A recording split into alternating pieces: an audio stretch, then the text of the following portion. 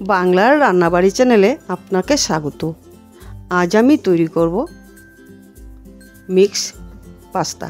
তবে চলুন দেখা যাক পাস্তা কিভাবে আমি তৈরি করি। প্রথমেই কিন্তু আমি নিয়ে নেব 2 রকমের পাস্তা। এই রেসিপিটা বাচ্চারা খুব ভালো খায়, বাচ্চাদের টিফিনও দিতে পারেন বা অফিসেও নিয়ে যেতে পারেন। এই খাবারটা একটু ভারী খাওয়া, ভালো লাগবে খেলে। গ্যাস জ্বালিয়ে একটা কড়াই বসিয়ে নেব। কড়াইতে দিয়ে দিচ্ছি পরিমাণ মতো জল। জলটা একটু গরম করে নিতে হবে। এরপর দিয়ে দিতে হবে সামান্য নুন। নুন দিয়ে করলে পাস্তাটা একটু নুনতা নুনতা হয়, খেতে ভালো লাগে। জলটা গরম হওয়ার পর পাস্তা এর মধ্যে ছেড়ে দিচ্ছি।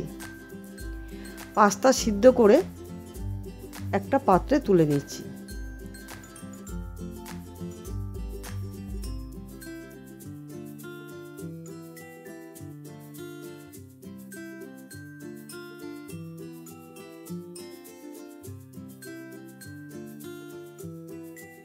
এরপর দিয়ে দিচ্ছি জল সামান্য।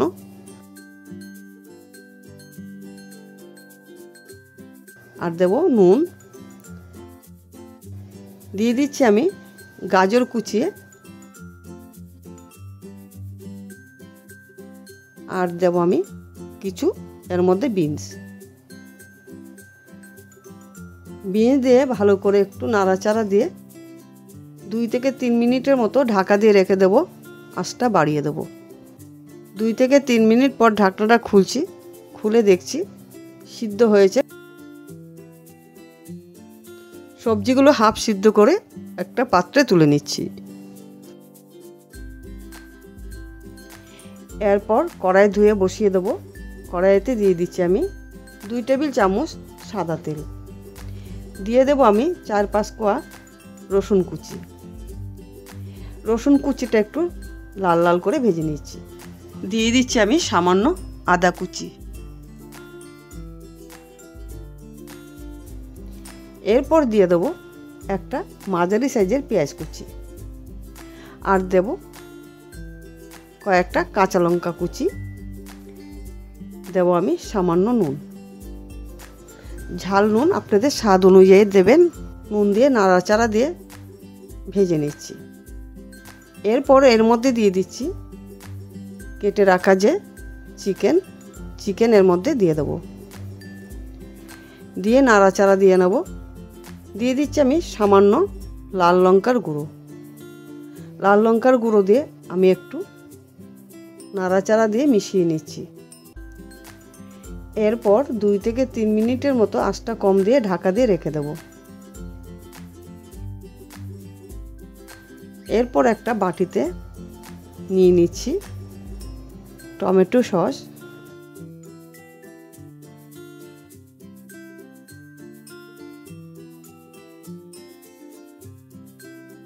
নিয়ে নেব আমি গ্রিন চিলি সস।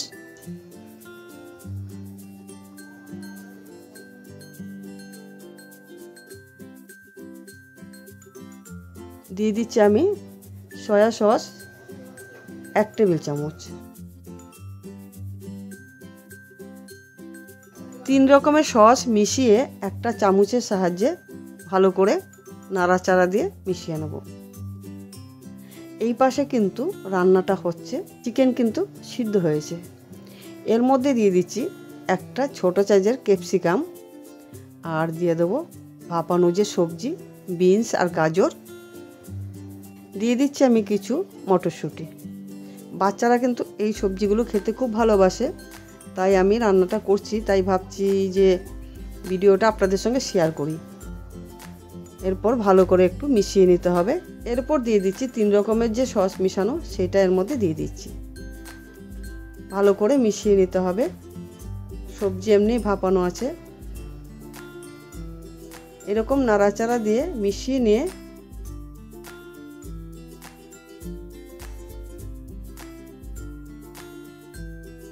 এর মধ্যে ছেড়ে দিতে হবে সিদ্ধ করা যে পাস্তা এর মধ্যে ছেড়ে দিচ্ছি। রান্না কিন্তু একদম খুব সহজ। দিয়ে দিচ্ছি আমি স্বাদ মতো নুন।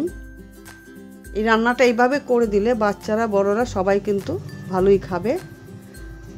একবার খেলে বারবার খেতে ইচ্ছা করবে। এই রান্নাটা অবশ্যই একবার ট্রাই করবেন। আর রান্নাটা কেমন লাগলো অবশ্যই আমাকে কমেন্টের মাধ্যমে জানাবেন। আর আমার চ্যানেলটিকে সাবস্ক্রাইব, লাইক, শেয়ার করতে ভুলবেন না। ঠিক এরকমভাবে নাড়াচাড়া দিয়ে আর 2 মিনিটের মতো রান্নাটা করে নিচ্ছি। নামানোর আগে আমি অরিগানো দিয়ে দিচ্ছি 1 চা চামচ। এটা দিলে অনেকটাই কিন্তু স্বাদ বেড়ে যায়। ভালো করে মিশিয়ে নিতে হবে। আশা করি রান্নাটা খুবই ভালো লাগবে।